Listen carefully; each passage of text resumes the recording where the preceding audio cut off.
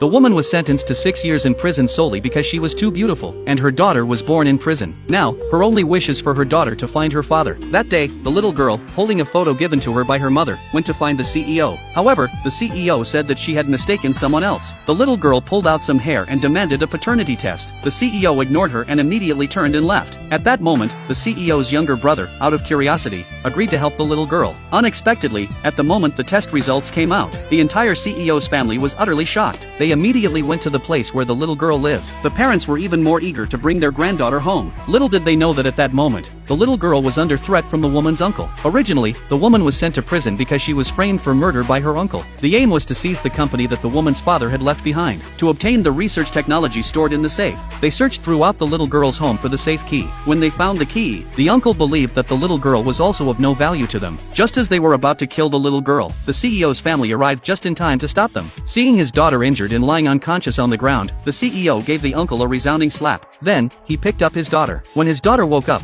she immediately told her father that she was not a fraud. At that moment, the CEO already knew the whole truth. Just as he was about to leave, the uncle stopped him. The uncle said that they could leave, but they had to leave the safe key behind. The little girl told her father that the key was given to her by her grandfather and mother. Therefore, it must never be taken by anyone. Upon hearing this, the CEO ordered his bodyguards to discipline the uncle and his daughter. He promised to take good care of his daughter from then on. After an examination, the doctor said that the little girl's injuries were not severe. However, due to malnutrition, her body was too weak. Hearing this, her grandmother was heartbroken. She believed that the little girl had suffered too much alongside her mother. The CEO recalled that the woman had abandoned him in the past, and now, she was also mistreating their daughter. This reignited the hatred in his heart. Although his daughter said that her mother treated her very well, the CEO simply did not believe her. He declared that from now on, his daughter would only have her father in this world. The little girl noticed that her father seemed to dislike her mother. She didn't know how to persuade her father to rescue her mother from prison. She had no choice but to go back to her father's house and wait for the right opportunity. Apart from that, her grandparents adored her. Her father also loved her dearly, but whenever she thought about how her father wouldn't let her talk about her mother, she would once again abandon the idea of having her father rescue her mother. When the family sat down for a meal, the little girl looked at the table full of sumptuous food, and pleaded with her father to let her pack some to send to her mother. Upon hearing his daughter mention the woman, the CEO immediately became displeased, but to satisfy his daughter's wish, he told his daughter that henceforth, she would have the final say regarding her mother.